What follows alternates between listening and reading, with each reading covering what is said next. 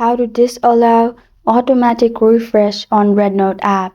Hi everyone, it's Sophia to assist you today. Without any delay, let's jump right in.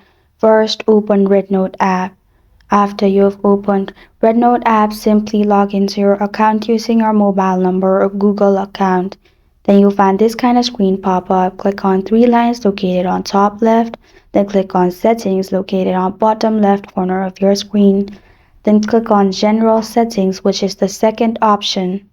In here, you'll find Automatic Refresh, which is second option in Function. To turn it off, make sure there's no red color on it and make sure white circle is on the left side.